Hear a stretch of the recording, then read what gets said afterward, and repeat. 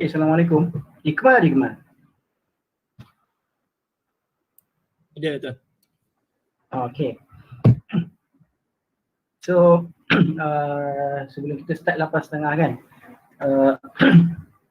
So how's your plan Ya dah. Macam mana plan kamu untuk perjalanan ini? First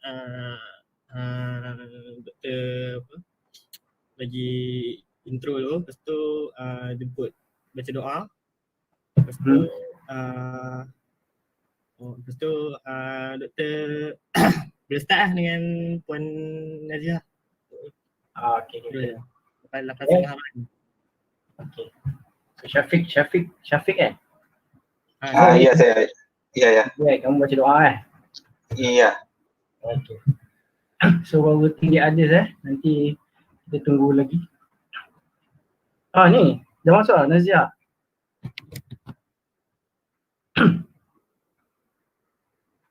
Okay. So yang live live YouTube tu dah start share dah? Dah start.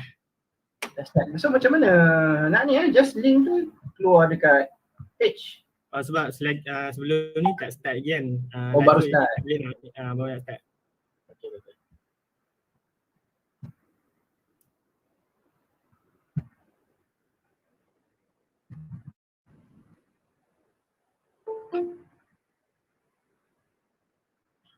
So any questions, so you can start to post your question lah during the apa nama ni, the talk.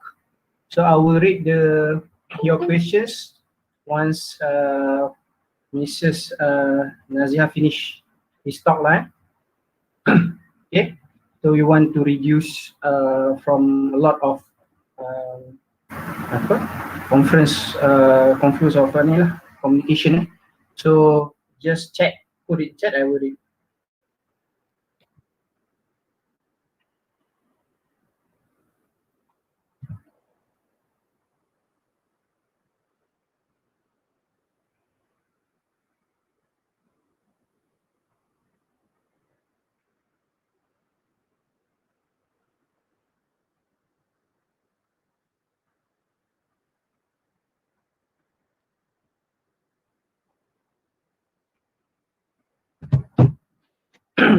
Iqmal, one more thing.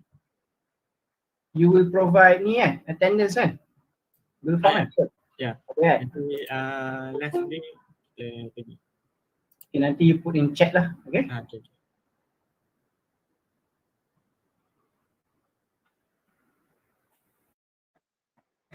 So we will do this indirectly, like semi-formal lah. It's not directly formal. So directly santai-santai because this is more sharing experience semua.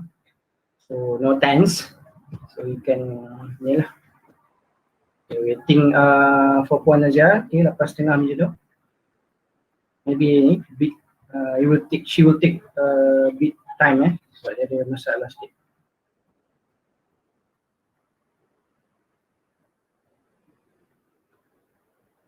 So minta lah yang lain masuk sekali. Sementara ni penuhkan dulu. Okay. Cukupkan je. Masuk je. Saya akan accept. So we try to get a lot of participants here lah. Okay.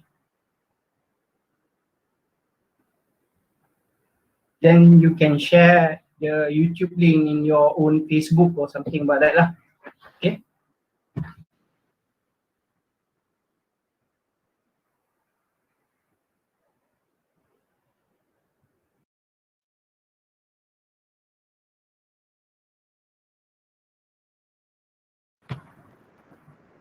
So this project under AGM lama ke baru ni?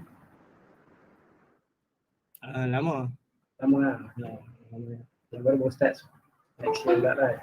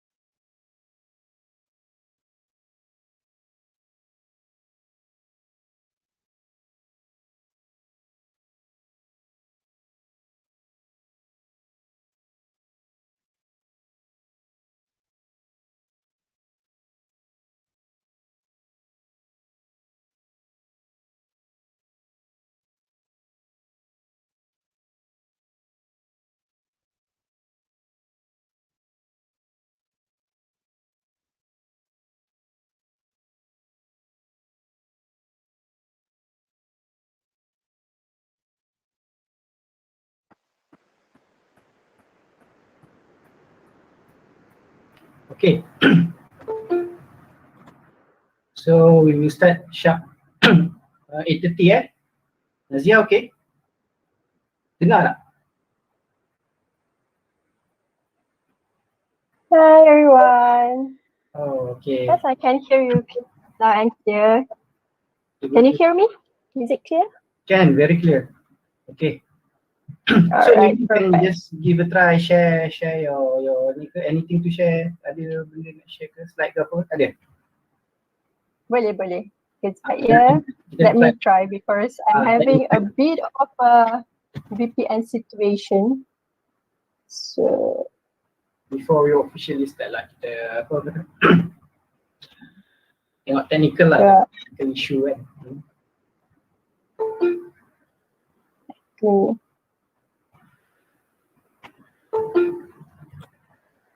Okay, can you see my presentation? I'm just sharing my screen. Yeah, I think it's coming. No, the trademark Airbus is not showing funny lah. Okay, good. Nampak. Okay. Okay, I'm going to share my presentation. What about now? Can you see it? I can see. Okay. So, Okay. boleh lah. Okay, just to brief we will start like I will start just introduction a little bit. Then we will start some doa lah, recite from students. Then I will introduce lah Okay. your background. I think based on your last time you give it background kan. Okay. So if you want to add anything, then after that you can add anything information something about that lah. And then so I will give floor to you for the presentation something about that or sharing. It's more sharing lah. Sharing. It's more sharing, yes. Journey something and it's not more presentation. So then what shall we? So is then after that, for example, finish we will go for Q&A lah. Okay. The concept I will read lah. They will put some question in the chat room.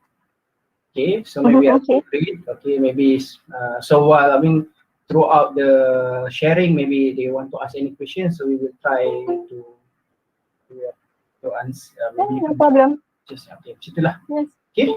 Sure. Yang apa? Representative tu from Airbus join. The HR. Let me check. Oh yes, ada. It's okay, I will introduce her.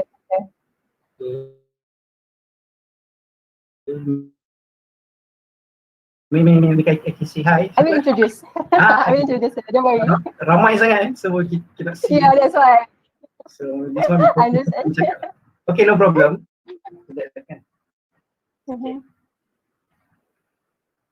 So I think is ready ke? Kita nak start ke? Boleh. No problem. Is from your side is all okay? Yeah, okay. Are you waiting for anyone else? Because we have besides of we have this Google online we also have that YouTube. So I think some of the students maybe not participate here, so they just follow from the YouTube lah. But what we'll do, we will have one PIC. So if they have question regard anything in YouTube, so this person, this Ikmal, I think this is a representative of the student, will post here. So we try. Okay. Okay.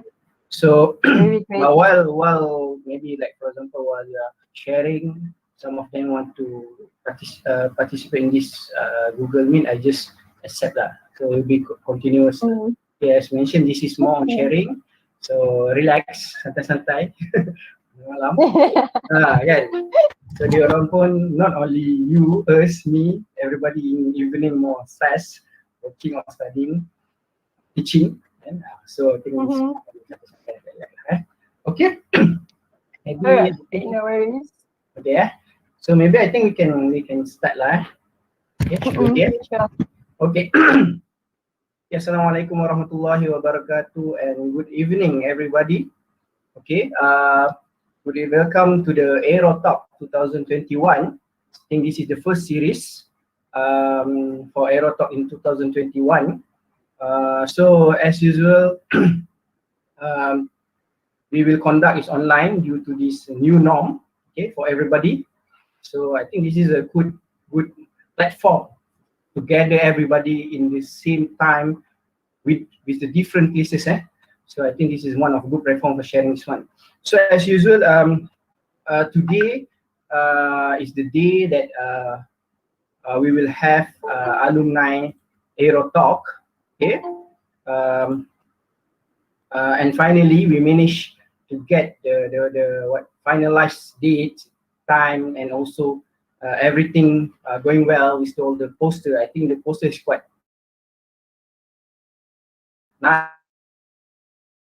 nice to attract people. Okay, so I think without further ado, I think we will start first with I just open first with Al-Fatihah, and I will call one of our representative for recite doa. Al-Fatihah. Alhamdulillahi Rabbil Alamin.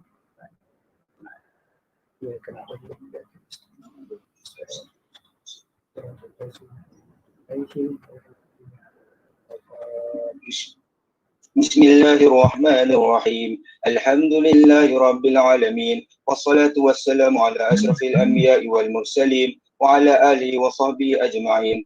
Ya Allah ya Rahmanir Rahim, hanya kepadamu saja kami panjatkan kesyukuran atas segala rahmat dan berkat-Mu.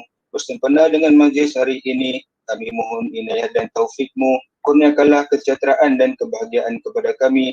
Bukankanlah hati-hati kami, lapangkanlah dada kami supaya kami dapat mengisi ilmu dan pengetahuan yang berguna untuk agama, bangsa dan negara. Kami mohon kepadamu agar engkau berkatilah majlis ini dengan limpahan rahmat-Mu. Semoga segala usaha kami dalam menjayakan majlis ini mendapat keridhaan-Mu dan hidayah-Mu. Rabbana atina fid dunya hasanah wa fil akhirati hasanah wa qina azabannar. Wassallallahu ala sayyidina Muhammad wa ala alihi wa sahbihi wa baraka wa sallam. Walhamdulillahi rabbil alamin. Amin. Amin. Alhamdulillah. Okay, thank you our Shafiq. Thank you Shafiq for the recite. Okay. So as been mentioned, so today we will have an alumni talk from our alumni. I think which is the batch 2008. Right, 2008 or 2008, yes. Graduation 2008. Okay, so batch Graduation 2008, 2009. Okay, the graduation of 2008, 2009. So Miss Najihah Bajuri. Okay, so she will share some of her experience throughout, I think, more than 7 years in this aerospace field or industry. So a lot of her experience in Malaysia, internationally, outside Malaysia. So take this opportunity to inspire you, to inspire especially all the aerospace students of Department of Aerospace, UPM, and take all the good things and get all the tips in order for you to be success like her and in this field. So I think before I will start with some of her biography. Okay, Mrs. Najihah Bajuri is a current regional technical data support representative who liaises directly with aircraft operation in Asia Pacific, such as Fiji Airways, Philippine Airlines, Royal Brunei Airlines, and staff flyers, to name as a few, for all topics related to the aircraft maintenance and engineering manuals and technical data.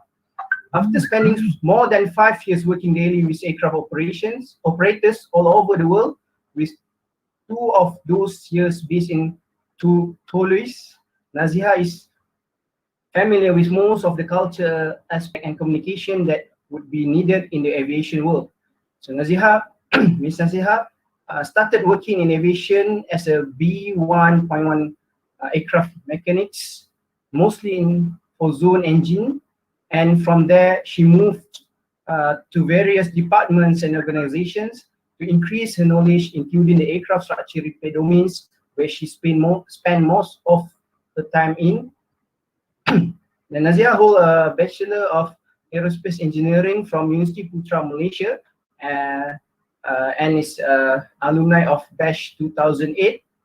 And without further ado, I would like to welcome Mrs. Najihah Bajuri to share her experience during these 7 years as a graduate engineer of Department of Aerospace.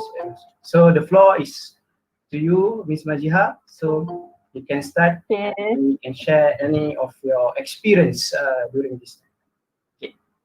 All right, thank you everyone. I hope you can see my screen. Okay, hi. Thank you, Dr. Adi. That was a very nice presentation. I mean, very nice. And I'm trying to get. Is it clear? My voice and everything is all good. Yes.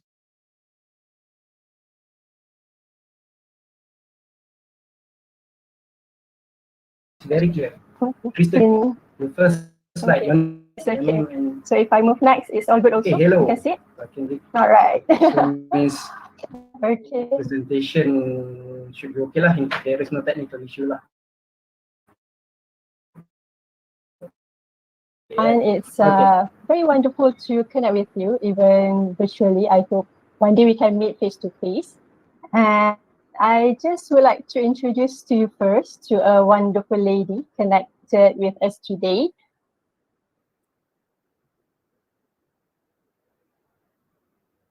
Of HR for Malaysia. So this is important name. So, she's a very wonderful lady. If it's okay, thank you, Anita, for connecting. Thank you very much. Because for her time, Yes, exactly. Hello. Hello. Hi, hello. Hi, Assalamualaikum. Good evening, UPM alumni 2008, 2009. So Dr. Adi Azrif, fellow members, and our dear Najihah, thank you for inviting me tonight. A little bit Najihah, Yes. for us to have Najihah on board.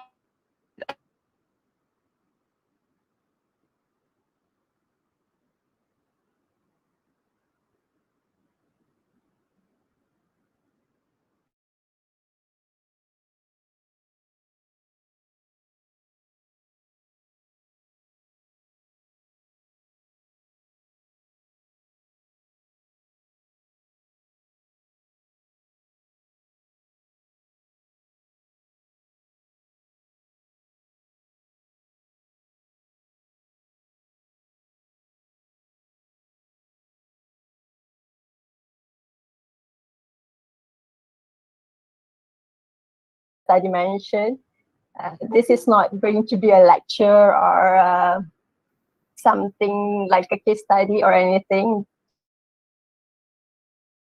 Just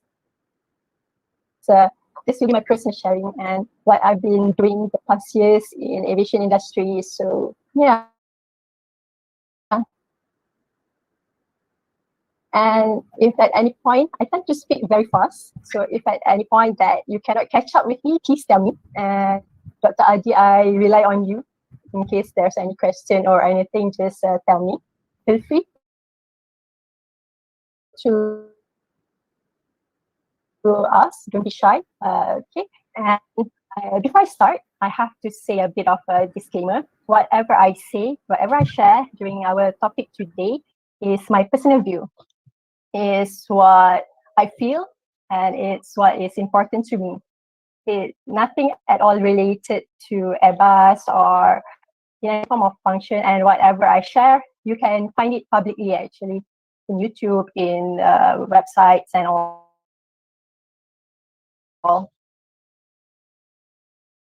Okay. And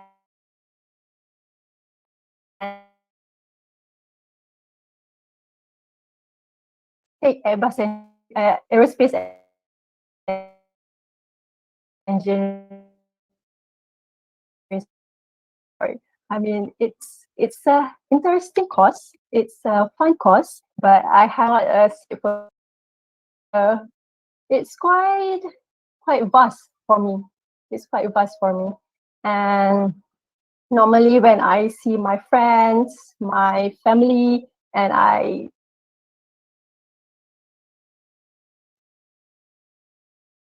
told them I am in aerospace engineering, they will just go, what are you going to be? What is it? What is this course? And some even mention astronaut and pilots. Okay.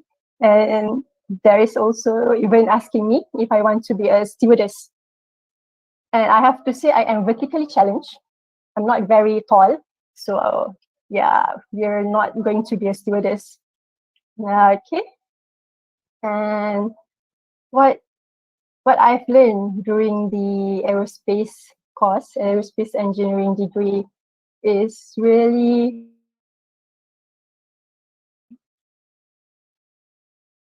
the basis is really just a fraction of what I have encountered in the working world. But what that fraction, that basis, is really, really important. That foundation with this course is really, really important. It helps me a lot. And for me, when you say aerospace, Airbus perfectly capture what aerospace is. So we are a global company. We have the commercial aircraft with the fixed wing, and we have the helicopter division, and we also have defense and space. So we basically cover all the flight path. So that is what really aerospace is to me. It's Airbus. And if we see what we have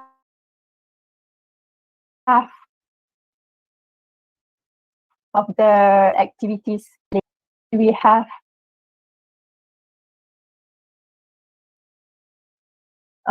up to very and even down south. We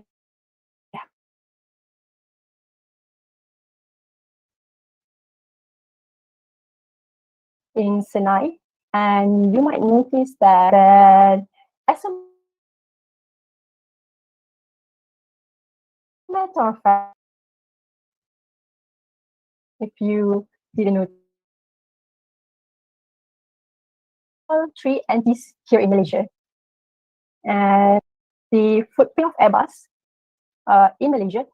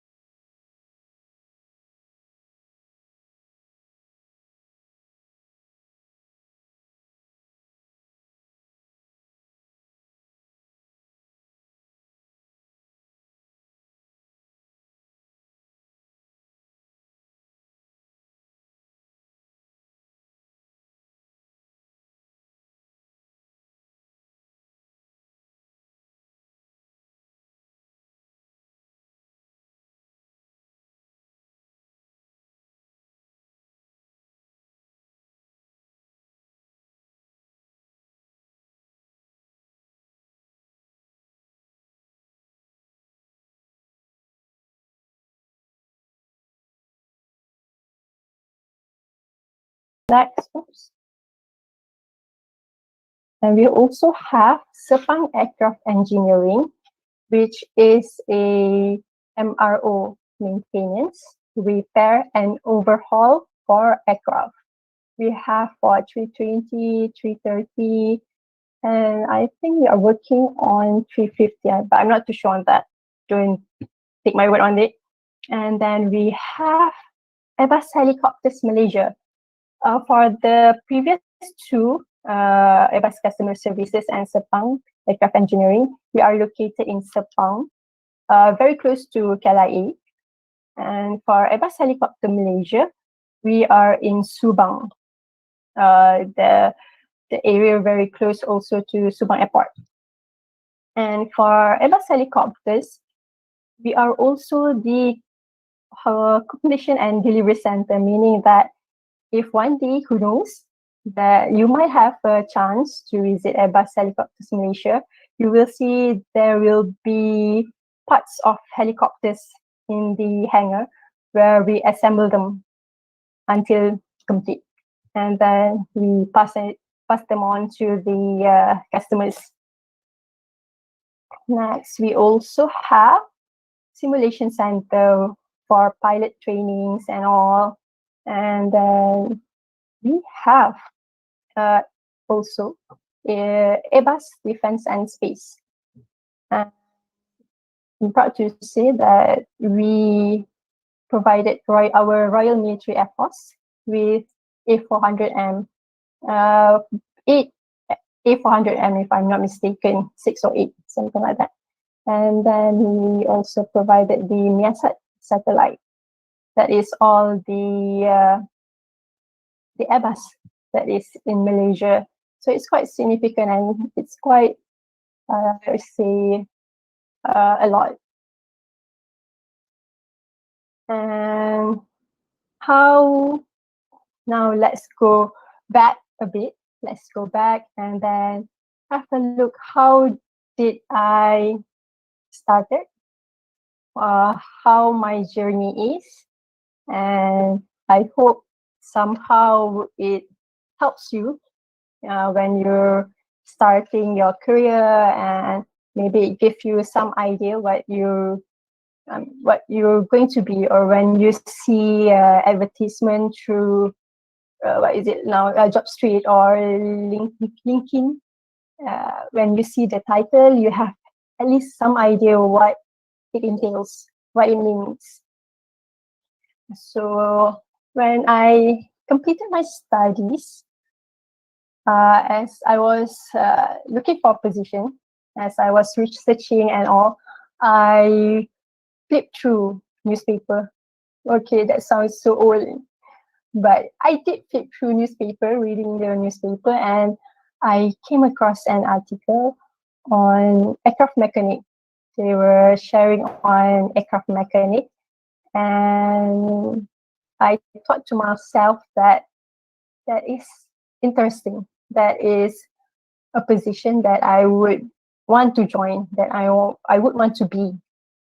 I didn't know how to get there, how to start, and then just so happens one of my seniors shared her course that she did under Aerobildung, a German training institute of EASA B1.1 program. So I thought, maybe this is the answer. And on impulse, I applied and get it. So I ran through the courses, I ran through the modules, and yeah, I went through the modules for 2 years. I have to say this is not the normal route. So I had the opportunity to do this course, and then there's a military MRO opening their commercial branch, and I applied, and that's how I started to be a mechanic. And being a mechanic, I usually work for Zone engine. I usually work for a turbine engine, and it has been great. So what does a mechanic actually do? And if you think of your car, you have to send it to workshop every 1,000 kilometers, 5,000 kilometers for checkup, I would say. And it's the same for aircraft. After a certain flight cycle, after a certain flight hour, you have to send the aircraft for a checkup, and you send it to MRO, Maintenance, Repair and Overhaul Organization, something like Sepang Aircraft Engineering. And the one that will do the checkup is the mechanics, together with the engineers and all, but the basis will be the mechanics. And yeah, and when I was a mechanic, we had a interesting project. A project to, it's called P2F, passenger to freighter. So basically, we're going to convert a passenger aircraft into a cargo aircraft. It was a really huge project, and that is when I started to be involved in structures. Before I was a mechanic for system. Basically, when I say I work with engine, I check the engine and then do all the tasks on the engine, and even up to the EGR, the engine ground run, with the help of engineers, of course. And when I jumped into structures, after working 2 to 3 years as a system mechanic, and then during this project is when I learned about all those frames of all those stringers. I mean, I know they exist, but then it's where they are located. So I get to learn about the details of the structures and all those repairs that we do on the structures, and I start to have fun. I start to have fun with structures, and somehow there is an opening. They asked me if I would be interested to be a technical service engineer, but for structures and system, because I worked in a organization that is not really huge. So when you say technical service engineer, it's not really focusing. They don't focus on one specialty. But in this instance, they were asking me if I would be interested to be technical service engineer for structures, and I say yes. So I just jump on the opportunity, and I start learning everything about structures. And but at the same time, I was also doing a mechanic system job. So it was a bit tough, a bit rough situation for me, but I had fun. That's the most important thing. Whatever you do, you have fun. And then I joined the technical service engineer for system and structures. But mostly during this time, I focus more on structures. Usually when you have a degree, this is the, I would say, traditional path that you will go to technical service engineer. What I did was I had a detour. I became a mechanic first.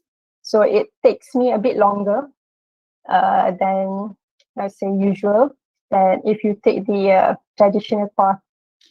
And I be a mechanic first, and then for me, being a mechanic was a good one because I get to learn about the aircraft from the inside out.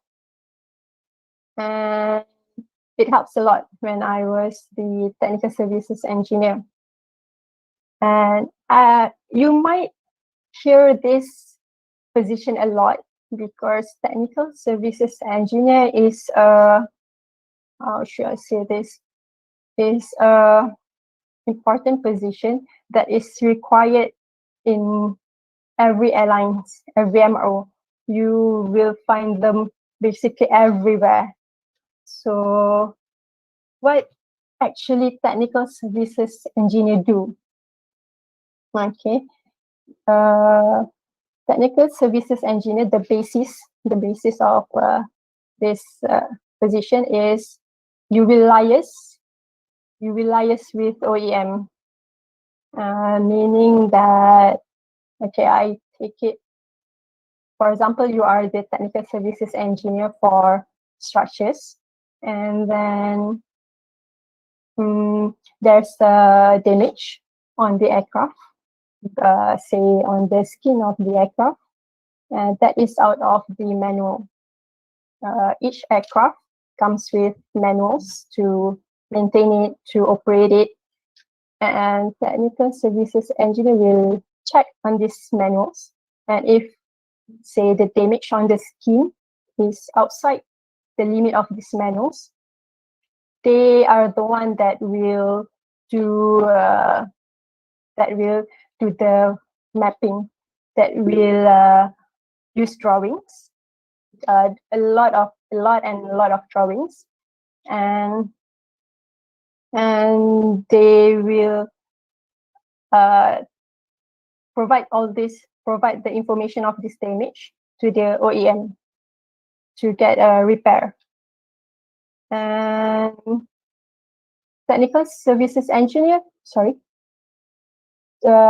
absolutely depends on the organization, meaning that if you are in a huge organization, you might specialize in one domain.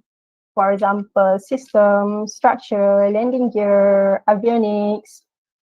But if you're lucky, you're in a not really huge organization, then you might get to do a lot of mashup. You get to combine your specialties. And for example, for me, when I was the structure technical service engineer for structure, I had to also provide a repair proposal to the OEM, because sometimes they might have they couldn't really see the damage because because they are far away from the aircraft.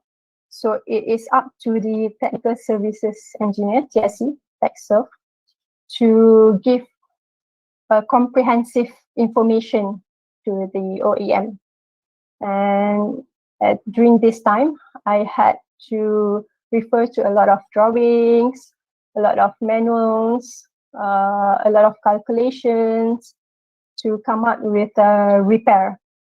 Or if you have, say, a hole on the skin of aircraft, and then you want to patch it up, you have to show how you want to patch this damage. And when the technical service engineer, a good one, will provide a full package, and the OEM will have easier time to evaluate, to do their calculation, and to approve the repair, because the repair have to be approved.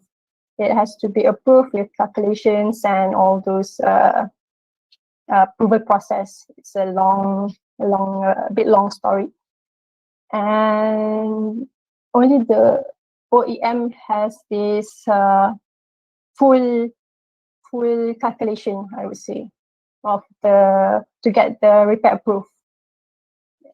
Okay, and being a technical service engineer is actually wonderful, because you have the opportunity to go down to the aircraft and you can be proactive, you can see, you get the overview of the aircraft, and you get to suggest improvement, and you can learn as much as you can when you're a technical services engineer.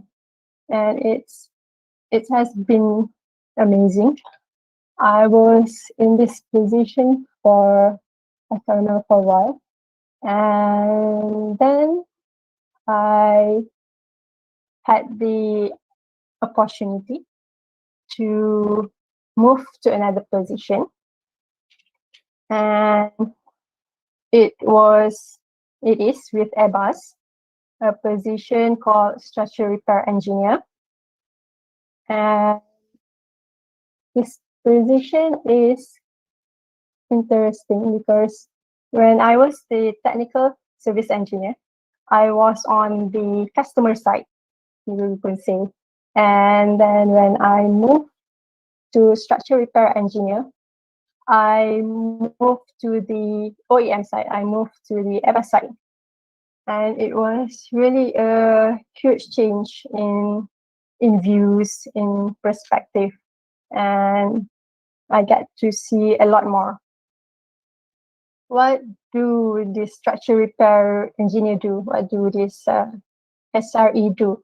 And if we follow the flow from technical service engineer, where we prepare the damage proposal and we send it to the OEM, the one from OEM side, the one that will receive this repair proposal is the structure repair engineer. So if you can see the flow, and for specifically for Airbus, the one that received this repair proposal is called structure repair engineer. And with this proposal, we will analyze it, and depending on the damage, depending on the repair proposal, sometimes we say, okay, this is approved and you can perform the repair immediately, patch repair or just replacement of the fasteners and all those repairs. However, sometimes it can be extensive, where you have to do a huge doubler on top of a joint, and during this time we have to do further calculation, or if you find damage on the frames or stringers, then it's different calculations and different repairs that you can do. It's not all the same. Mostly the easy one, for me personally, is on the skin, so it's usually a straightforward repair.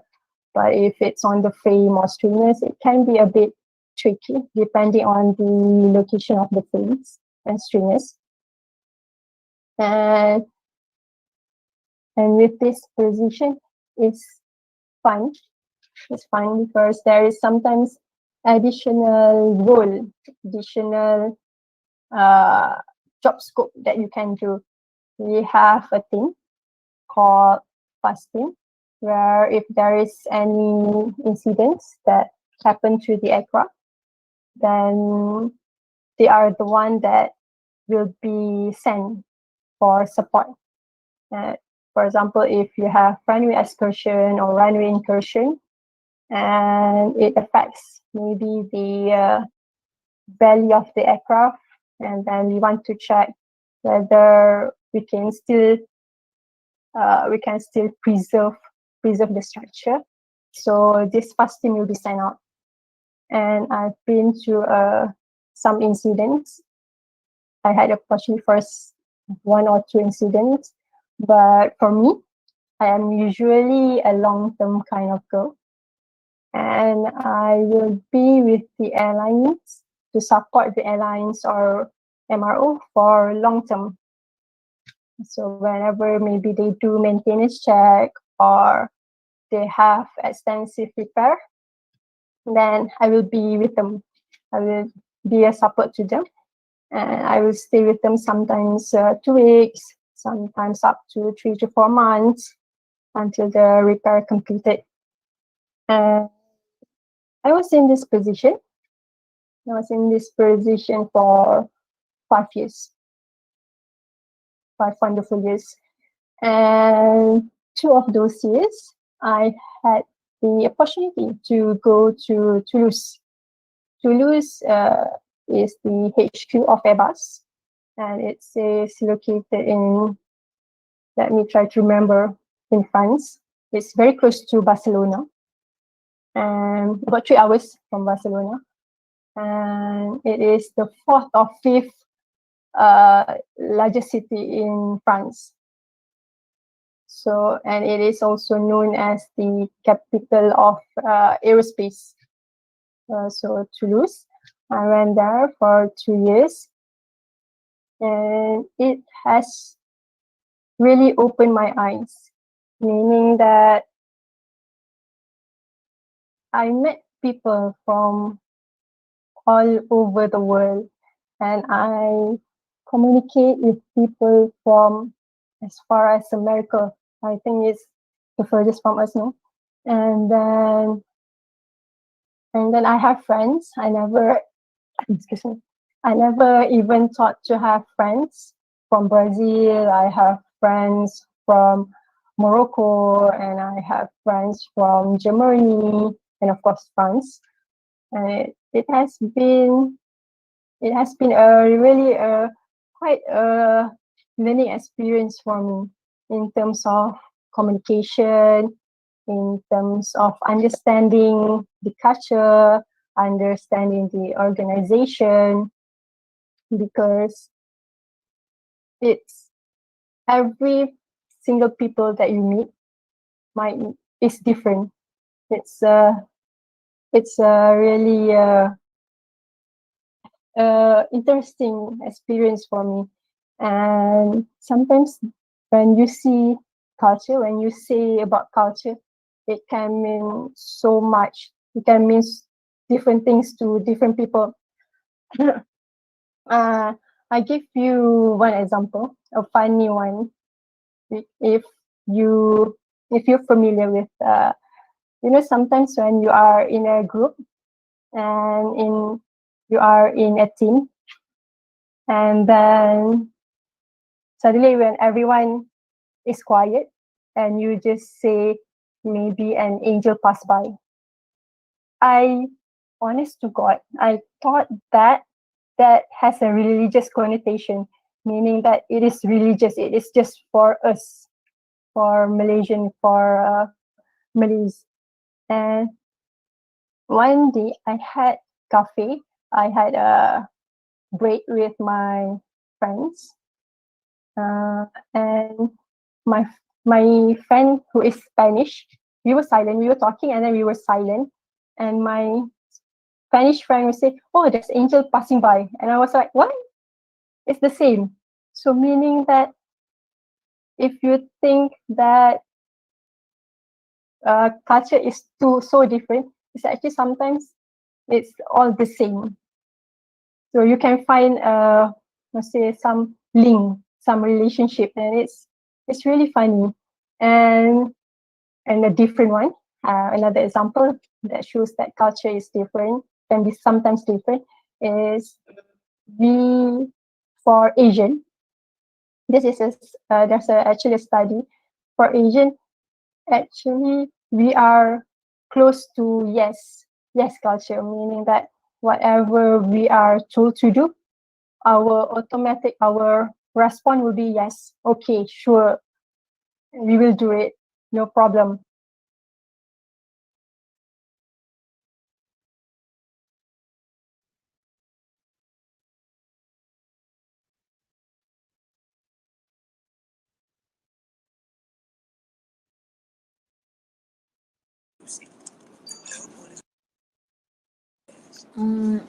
You are mute.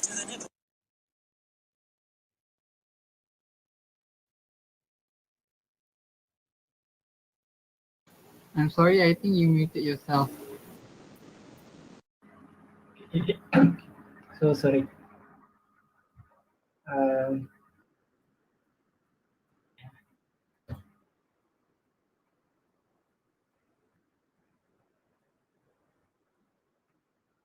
Okay, can you hear me? Sorry. Yes. Sorry about that. Sorry about me. Okay, where did I stop? Where did I mute myself? About the angel walking. Angel passing by, and after that. Okay. All We would right. love to Thank hear you. it again. Okay, sure. So sorry for that. I didn't realize you guys just. No, Anyway. it's my fault. Sorry. Probably, You muted me? probably there was an Oh, angel Michael. passing by. Probably. Yeah. Oh, Okay. It could be yes. Okay, so Spoil the mood. Okay, so continue. thank you for alerting me on that. Thank you. And okay, Angel passing by. Okay, the cafe, is it on the break on the cafe? So when Angel passed by, yes, I really thought it was a religious thing, something that is religious, you know. But then my Spanish friend, we had a break and a quiet moment, and she just mentioned, "Oh, there's Angel passing by," and I was really that moment. I was really, what? It's not specific to us. It's not our culture, meaning that we share this with the whole world, something like that. And I was just okay. So it can be something that is very, very broad and very, very wide.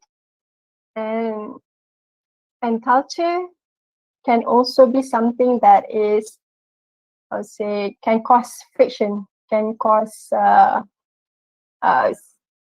misunderstanding, because in our in Asian for Asian, our culture is usually to say yes for basically everything.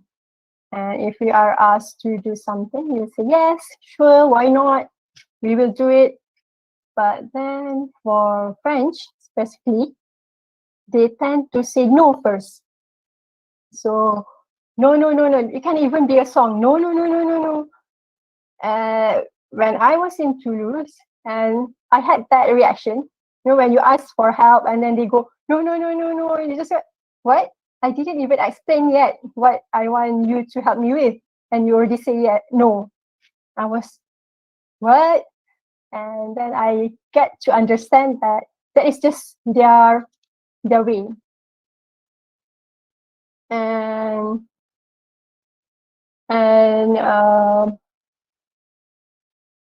no for them means maybe. It's not really a very specific no. And I get to learn all that when I was the structure repair engineer. It's really, really a fun time. And being in Toulouse has opened not sure I us.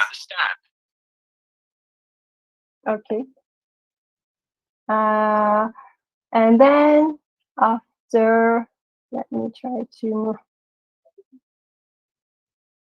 Okay. I'm going to just a bit more briefing on the structure repair engineer. This is actually a global, I would say, position, because we are a huge team, and we are not only in Sepang, we are also in Beijing and Toulouse, of course, and Wichita. We work by following the sun. So that was my experience as a structure repair engineer, both in Kuala Lumpur and Toulouse, and what we do. The next journey for me was more interesting, because after 5 years of being a structure repair engineer, I just decided it's time for me to move on, to be brave and open myself for a new challenge. And it was a bit of a decision for me, because I had another offer in another country, and I had this position that is I find that interesting. And I was a bit worried, because my knowledge of technical data was limited. But I talked to Kanita, and I had a discussion with the manager in Toulouse. So I decided to just, why not? And I took this position. And yeah, so today I'm the regional technical data representative for Asia Pacific region. what it means that because this position, there's less than 10 person in this world, and we are two for Asia Pacific. We are two for China, and then one for Middle East, one for America, but there is planning maybe to add another two. So it's really, I feel that this is a new huge responsibility, and the technical data is with every aircraft. It comes with a set of manuals. So what I have to do is basically to liaise with operators, with airlines, with MROs, and whoever that is using manuals, this aircraft manuals, in case they have any problem, maybe understanding the manuals, maybe they have problems in using it, or whatever topics that they find with the manuals. That is part of our job to take care of this interface, meaning to for the customers to use the manuals so that they can use it with ease, so that they can use it correctly, and so that they interpret, so that they can easily use it, basically. And why I agreed actually is because I wanted to travel. And when I talked to the manager in Toulouse, and he said this position, I will have to move around. I will have to travel twice or 3 times a month. But of course, it's not really happening now, but it's okay. It's okay. And we have been grounded, isn't it? It has been a tough situation. It has been heavy. For me, it's heavy. And it's really heartbreaking to see all those aircraft grounded and not being allowed to fly. But if, say, my manager say, "Oh, Najihah, you have to go to Japan now, or you have to go to Fiji now," I will do it gladly. I will even do it now. Okay, I will even do it now because I really believe in our aircraft. I really trust in our aircraft, and I know how safe, I would say, how safe and how clean, if I can use that word, how clean is our aircraft is. I will show you why. I will show you why I am so confident with our aircraft. Oops, I think I missed. So this is my current position, and working directly with the airlines. And this is why I would say I am confident with our aircraft, because we had a study. Really, we had a study, and even using the CFD, it's amazing. So you can see that even if you sit side by side with other passengers, you won't easily get infected, because the airflow goes from up to down, and the cabin air is always renewed every 2 to 3 minutes. And I will show you a video showing the flow of the air inside the aircraft. Okay.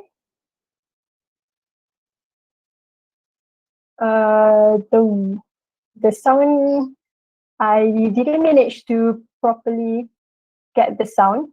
Oops. So I will just play it. If you see, I will be the narrator. So under the floor of the passenger floor, they will tap the fresh air from the engine, and it will goes to the air conditioning pad. And this will be combined with recirculated air that goes through the HEPA filter. So you can see the aircraft, the airflow will go from up to down, and it's amazing thing so far. And yeah, they tap the fresh air from outside, so you cannot get cleaner air than, I would say, outside on the air, right? And then they will combine it with recirculated air. Even this recirculated air will go through HEPA filters. And you can see HEPA filters is high efficiency particulate arrestor. So they will filter all these bacteria, all these viruses with more than 99.9% of filter. And with the air renewed every 2 to 3 minutes, you cannot get any more cleaner than this. So what you're breathing is really a clean air, and I feel comfortable going inside an aircraft with this kind of system. Okay. So there you go. And it has been, I'm waiting for the time that we can start to fly again. And I'm happy to know that Airbus has done all this study, all this research to make sure that we are confident with flying again. The next one is we're going to go maybe more personal. This is a question that posed by Kanita. And this, I would give you a hint. It could be your interview question, because some interviewer would like to see how you answer this. And for me, what would I do differently? I will take into two parts. One would be my personal development. If I could, I wouldn't stop studying. I mean, after I finish my course, I should, and I would like to do masters and maybe PhD. But what I do was I stop and then I work and all. But now actually we can do both. You can work and you can study together. So for my personal development, I think I will start maybe to take up master, and then next is PhD. And in terms of my career, I would say I want to be, there are times that I should speak up more, meaning I should voice up more instead of being shy. And I should really say something more confidently, more clearly. And there is times that I think that it would be beneficial instead of me just holding back and instead of just keeping it to myself. So that is some of the things that I would say improve on myself. And I just would like to share some of the action plan that you can do. I hope it will help you. I hope it gives you some ideas what is next, what you can do next. And one of it is build connection, making connection. I feel that I have to explain on the connection to not misconstrue it with what we know as cable, because building connection is to find people, I would say. I give you an example. When you have connection with someone, just last week, I had an email from my friend in Toulouse. They are looking for someone to fill a position, and they asked me, Najihah, do you know someone that is good for this position? And I will think of my connection. I will think of my people and say, oh, okay, maybe this one will be good. So I ask that person if he or she wants to apply, and then I just forward the resume to the hiring manager, and that's it. Okay, I give you another example of building connection. For example, Dr. Adi. Dr. Adi knows me, and he knows maybe through LinkedIn, through JobStreet, there's a position in Airbus. So he asked me, Najihah, there's a position open in Airbus. Would you know anything about it? And I said, yes, I know, and I know the hiring manager. Why don't you give your resume to me, and I can forward it to the hiring manager, and that's it.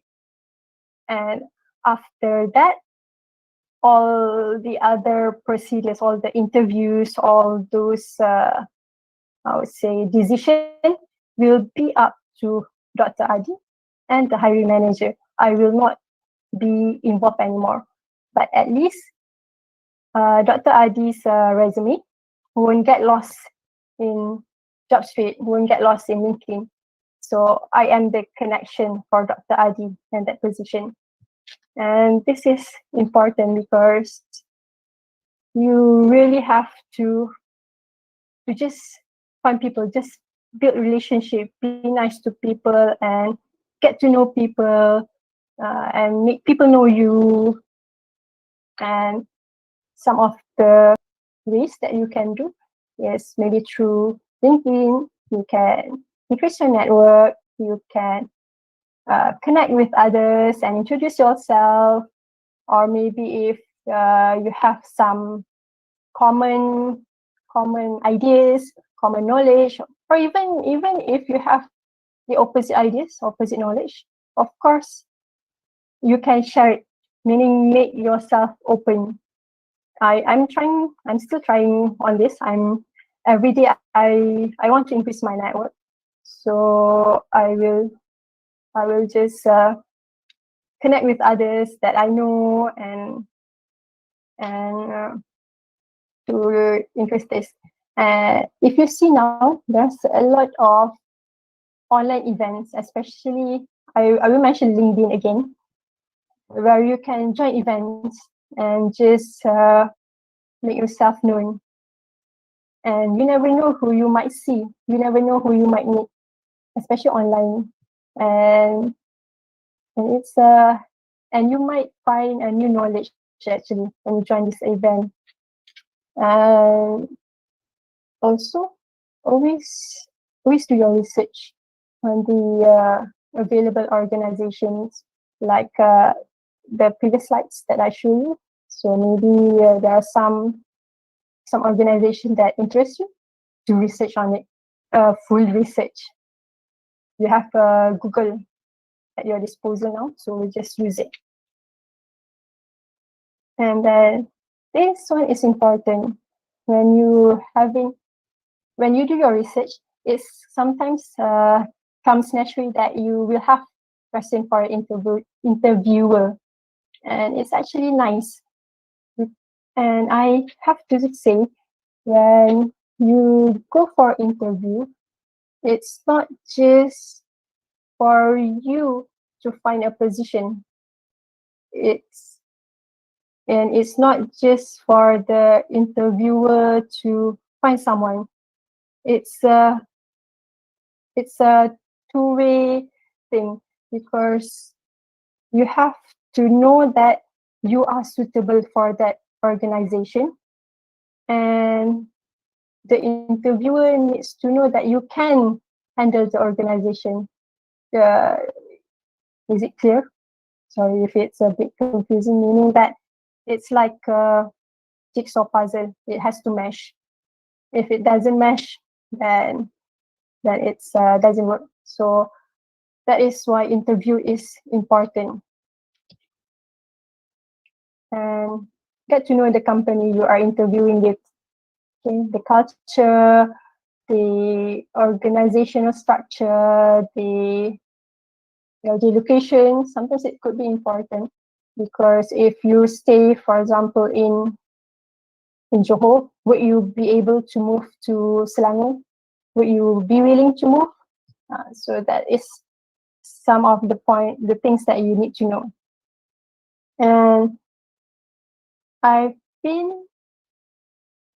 I'm also sometimes interviewing others, and it's all this we look into, meaning, do you understand the company? Do you know the company? And if you go into the interview and you ask things like, what do you do? Okay, it just show that you're not interested with the company maybe.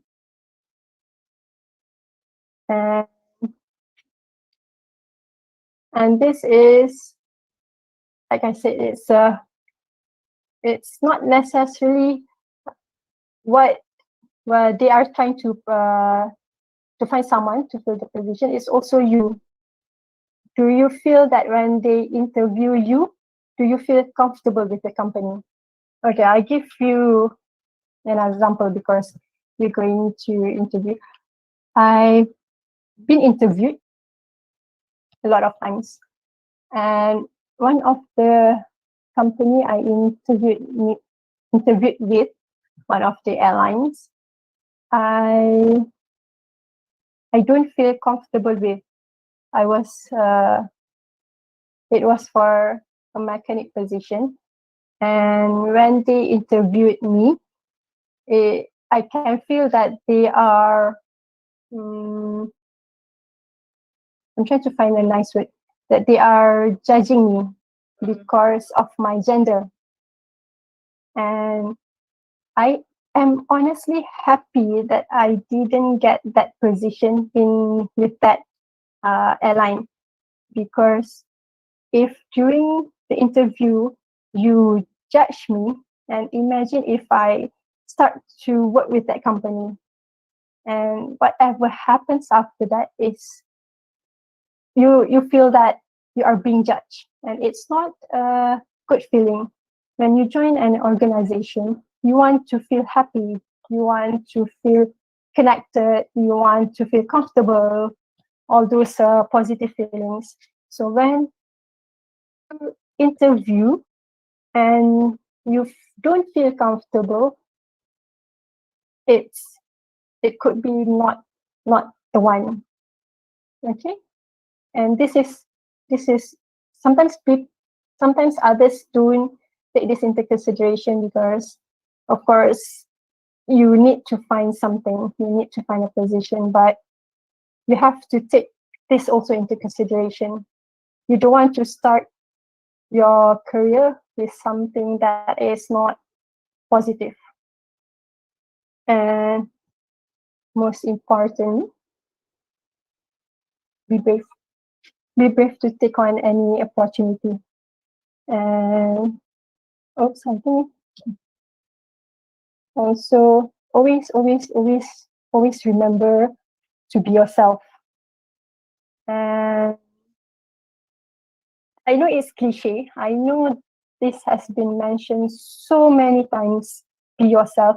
But when I interview others, when I talk to others, and if they are not being themselves, you can actually detect that fakeness. You can detect that they are not being real to themselves. They are not being true. And if you are, you can find your strength. For me, I know I'm quiet. I'm actually a very quiet person. I'm an introvert, and I use that as my strength, and that is why I'm actually good in what I do, because I listen. I'm very good in listening also. So people are comfortable because I I can listen to what they say, and I can give them the comfort that they need, basically. Uh, so be yourself and really show off your strength. If you're quiet, if you're introvert, it's okay. It's okay because that is your strength, and you play on your strength.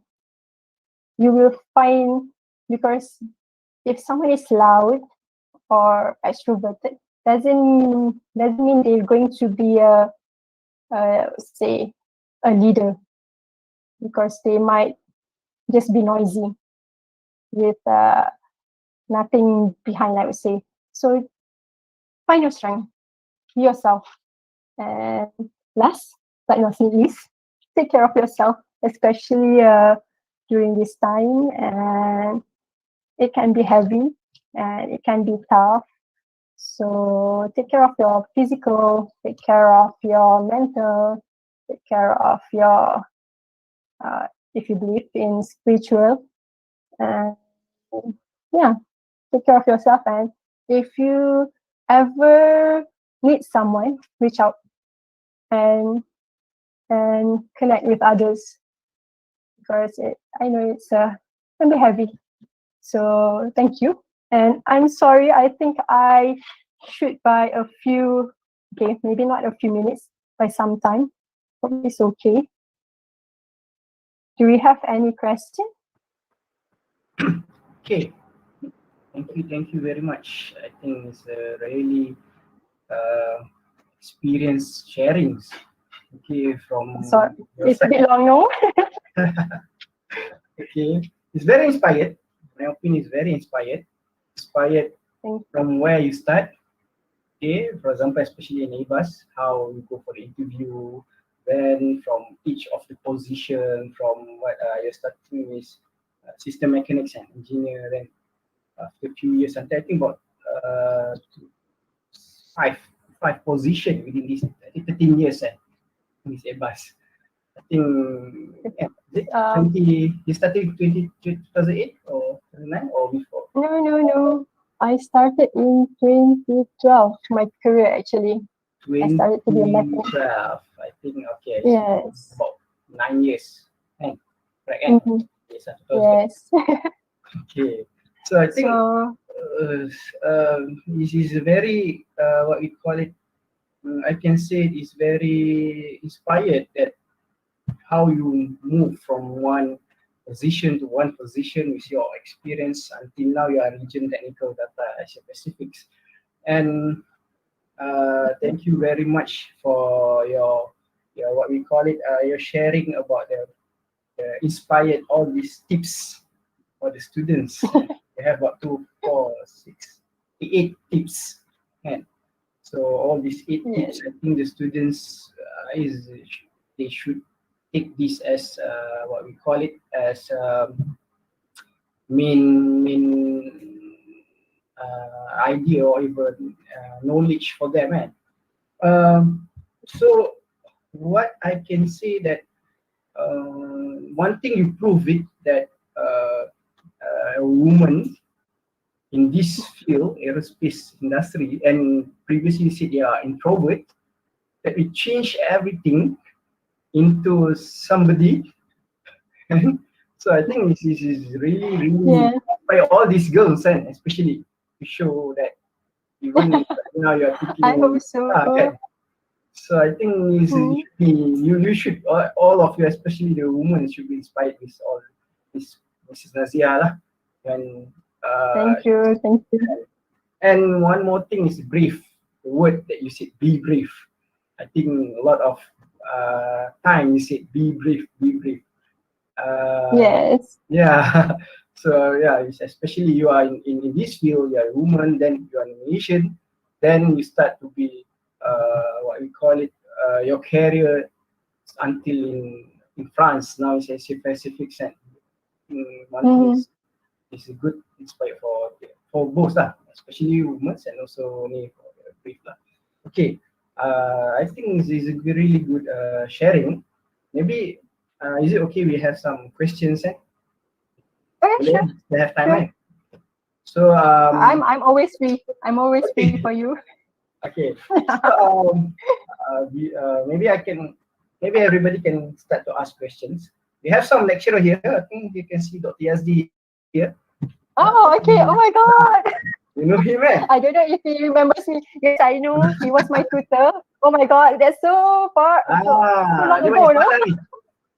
Hi, it's very good to see you. Hi. So nice that we produce a good graduate working in the Airbus. I think one of my colleagues as well, Madam Nurul Aida. So he also working in the Airbus. So it shows that Yes. there's an opportunity over there. I think your head of human resources here as well, isn't it? Madam Yes, Anita yes. Zaki. Yes. All right. Hello, hi, thank you. Hi. We did communicate last times back 2 years ago. Through Yes, I think. Mr. Ricky. Right, Yes. cheers. Okay then, okay. Continue please, the floor is yours. Great to see you around. Thank you. Good to see you too. Yes, I'm getting fat, sorry about that. Okay. So I think Dr. Yazdi yang Okay. kita kan. So inspired lah. Okay, maybe I can maybe we can have some question here. Okay, I think we start with maybe the students lah. Okay, the students' question first. I think the first one is from Nur Ikmal. Okay, hi, how is this current pandemic affected your job? I think this is a very popular question, I think, for everybody. So Yes. share with your, I know this pandemic's affected a lot, but maybe you can share to them.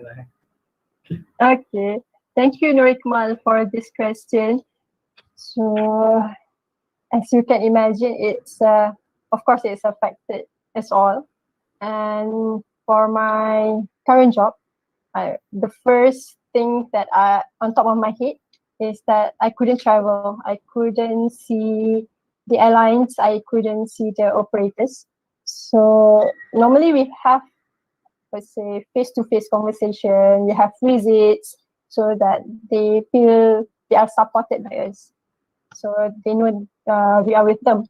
But since we couldn't do that, and it's all online, it's another different kind of challenge. We are still there to support them, but because it's not face-to-face, sometimes there might be a communication breakdown because when you use online, there can have internet problem, and sometimes you don't see the person, you just hear their voice, and sometimes you cannot really, let's say, understand correctly what is the situation. You cannot read it correctly.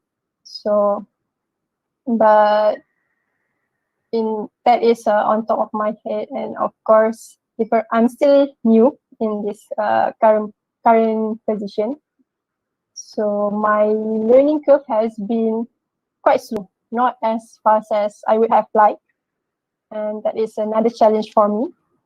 And so that is how it's affecting my job. You can go to next question. Okay, we go for next question. So, okay, from Adam Lukman, is it have any qualification beside degree to go through in Airbus field? Airbus field, I think in Airbus like. This is very, very, very. This is actually a very good question. So if you see, Airbus is not just because mechanics. I have to clarify mechanics. You don't need a degree, but you have to go through trainings. So that is, I would say, one of the qualification. Instead of degree, you might have to go through professional trainings. And of course, degree is an advantage. There is also maybe work experience, depending on your position. but most I have to say is you need a degree. Most position you will need a degree. It's really depending on what you look into. What do you what is the position itself? Okay, so means the key gate is a degree, then top up with some experience, some what we call it a trade, certification, something like that, right? Yeah, profession training, yeah. Trade training, yeah. Okay, so we go for next. Ishan Mitra. Okay, ma'am, is it possible to complete our industrial training in France or Netherlands branch? What are the requirements? If it's possible, will you kindly brief us on that, please? Okay, very optimized. So Optimistic question.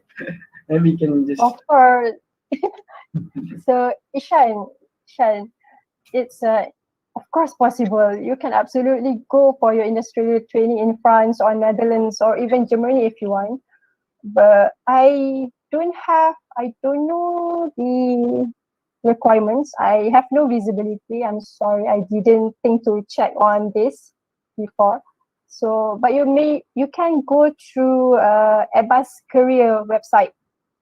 They have all this listing of those industrial training position that they are looking for. So I know France is always taking people for industrial training. There is also in Hamburg, maybe you can try. Netherlands, yeah, why not?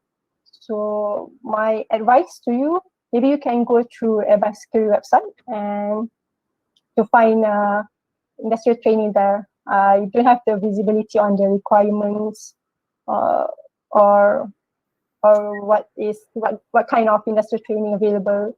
Sorry. Thank you But so you can much, try. ma'am, for answering my Go for it. question. this is Ishan. No problem. Go try. Why not? Thank you, Then ma'am. give it a try. Can find all the information. Then you can Yes. apply. Okay. Yes, why not? Just go. So be brave. Hmm. Yes.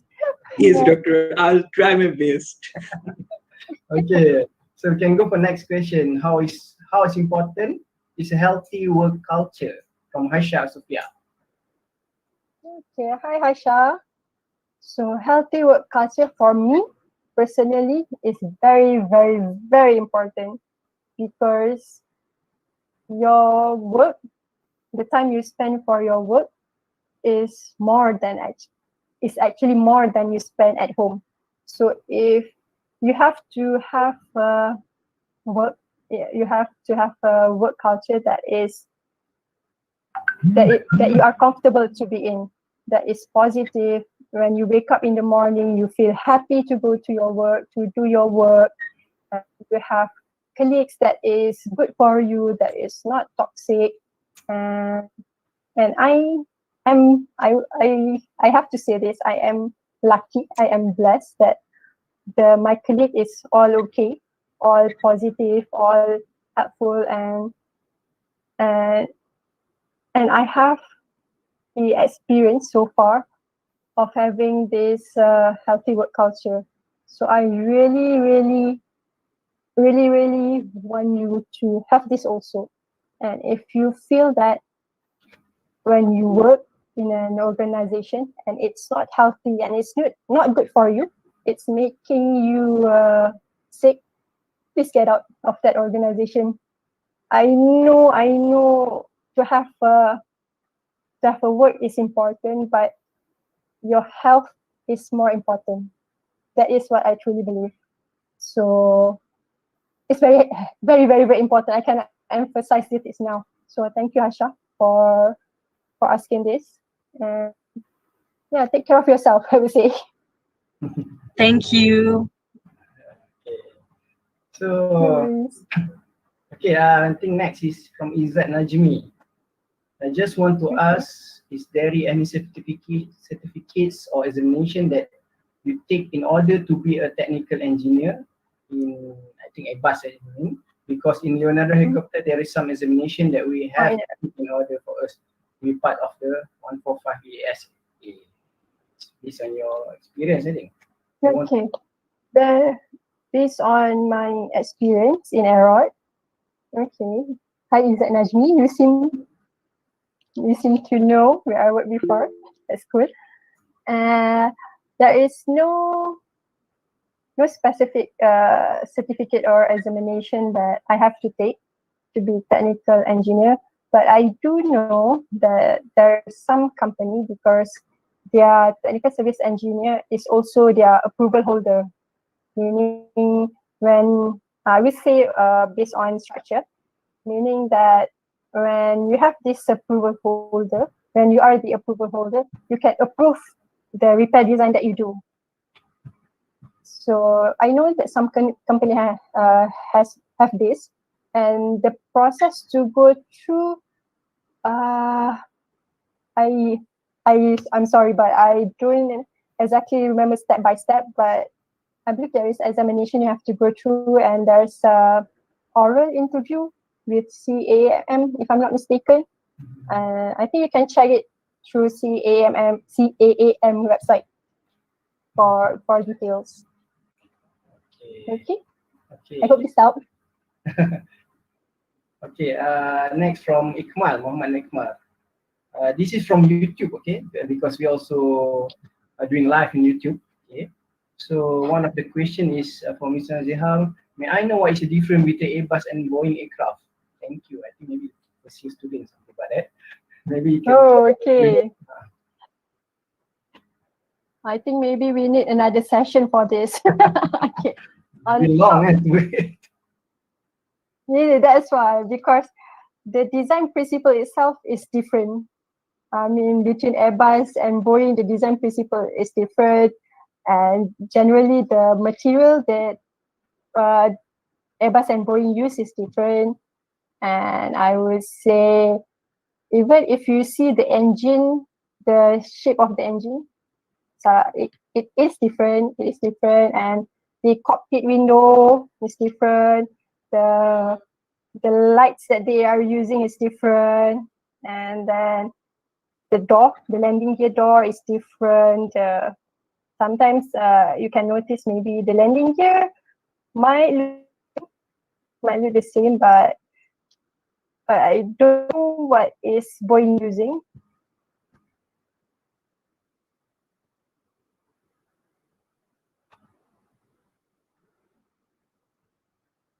Okay, it's Okay.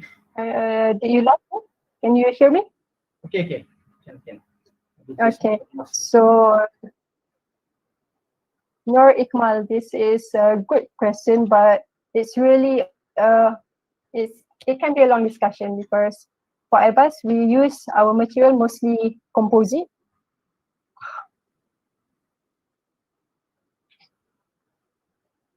Okay, sorry. Can you hear me now? Can. Okay. I close my video because I think it's too heavy. Back to the question between Airbus and Boeing. It's really a long list. And what can I say? It's really I mean, if you see it, it's different. It's just different because their design principles both are different, and it's not even the repair principle yet. It's different what they are doing, what depending on Airbus or Boeing. So we might need another session to discuss this. Maybe we can call for next session. Why not? And we can discuss this further. We can share about but that's a good question. Thank you for asking that. It's a good thing. Okay. Then we go for Imran Rashid. Would you rather work from home or work at the office? The current situation. Oh, this is a tricky question. Yes, because my HR is here. For me, I prefer hybrid work situation. I like some of my days to be at home, but then I love going to the office and meeting my friends. So it's really, I like maybe 2 days at home, 3 days at work, or 3 days at home, 2 days at work, something like that. Mix. Yes, mix match, because if it's Sometimes fully positive between both. You take the positive one. Yes, exactly. If you spend too much time at home yourself, you feel quite lonely actually. Quite lonely, and you always need someone to talk to. So I like going to the office because I get to talk to my friends. I like to talk to my friends. But then I like the flexibility of being at home also. So I don't have to travel to work. I hate driving, so yeah. Okay, I think that's all mungkin from the students point of questions kan. But I have some questions kan. Okay, sure. First thing first, I think I ask this question lah. Means that yeah, with this pandemic, I do believe it will change. Maybe I can say, but a lot in terms of this aerospace field. So, what do you, in your opinion, what do you can see about maybe like what? I asked it for the students, especially the student, or even for us as a lecturer to get ready. All means how to get ready another 10 years in this field. Means the skills, the technical knowledge, something about that. Maybe you can see in 10 years how this aerospace field will be, we call it, emerging, especially in Malaysia. Okay. For me, this pandemic, this situation that we are in, brings also a good side. Don't get me wrong, it's bad, but there is also a good side to it, because when you have something that is so heavy, so damaging, you're in survival mode. And when you're in survival mode, what you start to think creatively, and you start being agile, and you start to all those boundaries that you have before, you just try to push it, you try to expand it, because you just want to survive. And I can say that for aviation, there is so many, even now there is so many creative things being taken, creative things being done. For example, if it used to be cabin, you only transport passengers, but now you can see people are doing changes for it to be into a cargo also, to transport maybe vaccine, to transport packing things. So that is a good thing. So you know that you don't restrict yourself into just one situation. And I can say that for aviation, we start to think more creatively, to find more solution. We start to be agile. We are not, we are not bounded by restriction before. I mean, in terms of safety, yes, you have to take care of that. But then you start to be, break free. And it's so exciting to see. And even now, maybe you know Airbus is doing this Zero E program, the emission program for hydrogen, and it's amazing. And instead of trying to do a new aircraft, we are going into a sustainable mode, meaning that we're going to green mode. We are looking into new ideas. We are going to play around with hydrogen as the fuel. So it's really a trigger. So for students, I would say be creative, be agile, and just start to, play around. Don't be bounded by the aviation. I know aviation can sometimes be very stringent, but that doesn't mean that we can't be creative. That doesn't mean that we can't be agile. So I hope I answer your question. Okay, yeah. Because this question, I think related with because of this future I can see, because just now you share something about CFD study, yeah. Regarding the what we call it, the Yes. because Yes, exactly. The airflow and then I'm in this CFD and doing a lot of basic. Oh, okay. That's That's why amazing. Okay. the questions So that you you know, can see that that's one of the main thing lah, beside of yeah. this what we call it pandemic, something like that. But one of your point is research and development organization. It shows that it's a good thing to have this skill, I think so. Malaysian skill or any skill, right? Yes. Whatever you learn is very useful. It's very useful, and you can use it in a variety of ways, in a wide range. Like FD, and then you do the airflow index inside the cabin. It's so cool. For me, it's very. It can inspire me to do some simulation of that. Yes, why not? Why not? Yeah, I think so. Why not? To see all this Yes, particle deposition and exactly. Then another thing is regarding the just now, I think one of your point is I can see that maybe for all lah, I can see for all can take that keep learning. One thing that you have said previously, but I just need to emphasize that keep learning. Because I notice some of the students, even in some once they have finished their degree, they just I don't want to study, but they don't notice that everything every day is a learning process. As a matter of Exactly. When I see your career, you are keep learning, then being inspired. I think this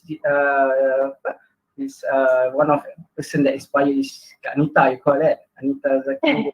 Yes, exactly. You have to keep learning. Keep learning. I think this is for the others, keep learning. So don't block your mind.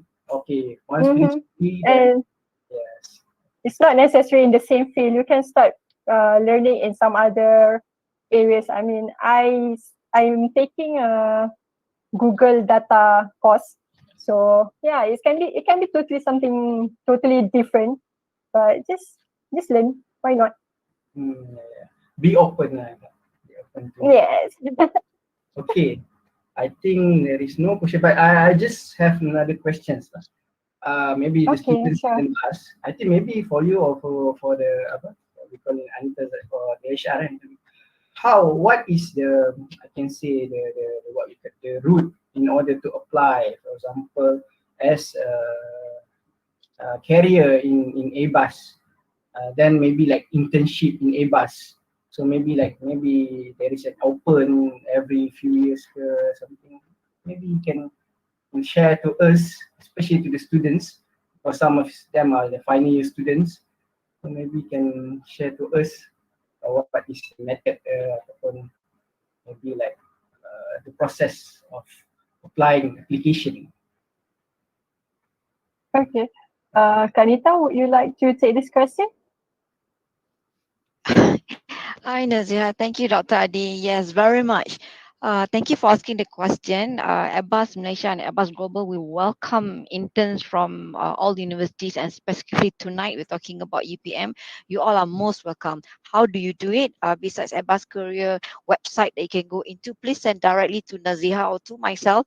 We'll be very, very happy to entertain your application. And at this point of time, I think there's several positions are opening in structural repair engineering, in Airbus Customer Services Malaysia, and also in Sepang Aircraft Engineering. So please send over your resume. We'll do the interview and get connected with us. Thank you very much, Dr. Adi. Thank you very much. Thank you, Kanita. Okay, just additional questions regarding this question regarding the vacancy regarding internship. Do Airbus take internship, especially Airbus Malaysia? Oh yes, we have several currently ongoing in Airbus in Malaysia, and we always take interns. Actually, it's ongoing. Today in HR, I have a few interns. One of them is studying in Toulouse University in France. She's taking business management. So we do take interns, local interns from Malaysia University, Malaysian student, and we also welcome international students for internship in Malaysia. So yes, very much welcome, Doctor. Okay, because I asked this question because I'm one of the coordinator of internship. So Okay, if okay, yeah, okay. maybe because I know this is quite challenging of pandemic MCO, right? Right, So right. maybe we can have a different discussion or something about it. Yes, of We can course, of course. ask. And then once MCO is no longer have been uplisted, we can talk about bringing your students to our office, for them to have a visit, Yeah. site visit, and actually see how the aircraft is being done, and can go Yes. to simulator, to maybe have a try at the simulator that we have. So yeah, why not? A good exposure for the students, I believe. So good Let's to discuss. maybe we can Thank start. Yeah, you. from here we can be more connected, right? But like Yeah, just definitely. connected. Yes. Okay. Okay. Okay, thank you. Thanks, So Nazi. okay. But one more question. This year, for example, we have this MCO. Do you take any intern student? Yeah, we do. It's just that we check. Currently today we have also several students doing their internship in Airbus in Malaysia. It's just that we double check on the insurance provided by university, because we do not want anything to happen to the student in case something does happen, health related. At least we know that the students are well covered by university insurance. That's all. But other than that, yes, it's business as usual actually. Okay. So maybe we Yeah. can discuss later lah. What Yeah, this can, one. can. We can have more Can. several Yes. students actually. Very Definitely can. Okay. Thank you. Okay.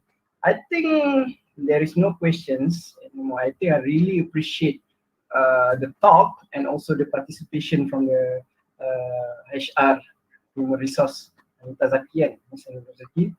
I think it's already 10 o'clock. We already exit without notice. I think the yes. session quite interesting. I think it's not enough, one hour. I think we can take next time, next time lah, not now lah. Next time Of we can have some course. sharing. Like maybe right now it's online sharing lah.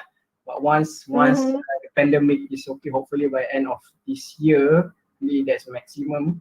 So next year, maybe for the next batch, we can have a visit. We can have a career talk, something about that in Airbus can. So I think Yes, of course. Why not? The Yeah. possibilities are endless. Yeah.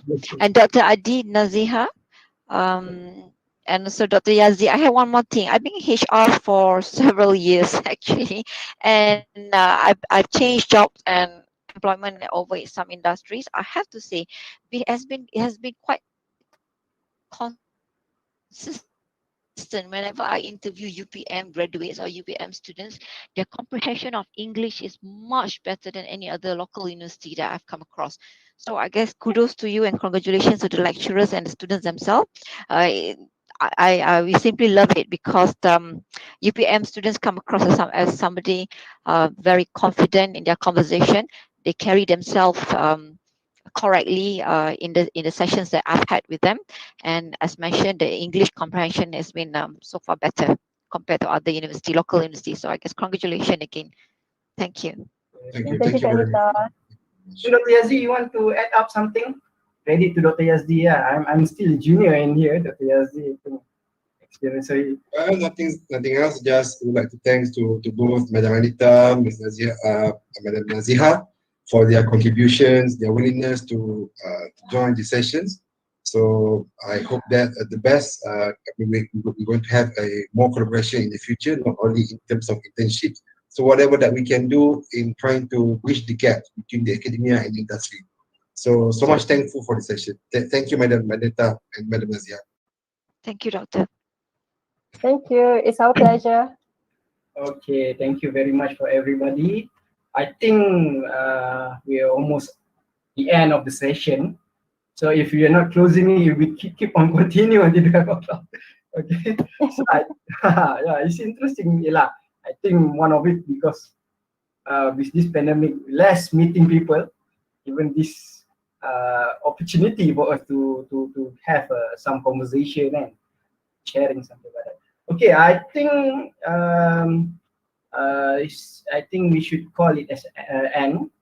Thank you very much. Thank you very much for the speaker. Okay, Mrs. Najihah, thank you for the representative of HR, okay, Madam Malika Zaki. So thank you for the students for all your time, okay, and all your questions.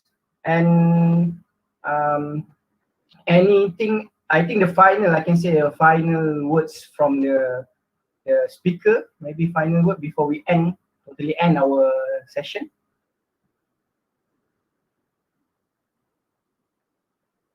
So, Najihah, maybe you can give some final words.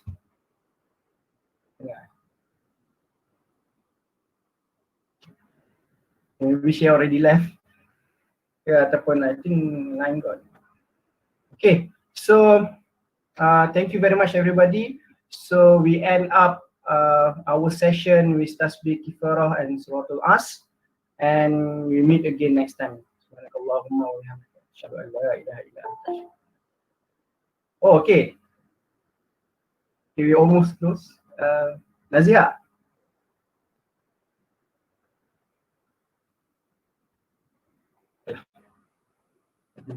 Okay. Can you hear me? Sorry, I lost my connection just I now. thought you already left. No. Okay, you got the line. I'm sorry for actually, that. I already closed, but no problem. It's just last word, last word from you lah before we totally end lah. I would say to all the students, whatever you do, be brave, and just take the risk and take the challenge and do what is good for you, do what is best for you. And that's it. And hope to see you guys face to face soon. Okay. Okay, thank you very much. So this is totally the final ending of our session. Okay, we will meet again everybody. Maybe we will have a next session, future session with Airbus, something like that. Okay, thank you very much. Thank you, Dr. Yazdi. Thank you, some of lecturer. I noticed Dr. Nur Faizal, Dr. Sharil here. I noticed Dr. Kamarul just now. So thank you very much. So we meet again. We're not meeting for the next session for others alumni talk. So thank you for the effort from the students. Thank you very much. Okay, good night and assalamualaikum warahmatullahi wabarakatuh. Waalaikumsalam. Bye bye, everybody. Thank you. Waalaikumsalam. Thank you. Thank you. Bye-bye. Bye. Thank you. Assalamualaikum.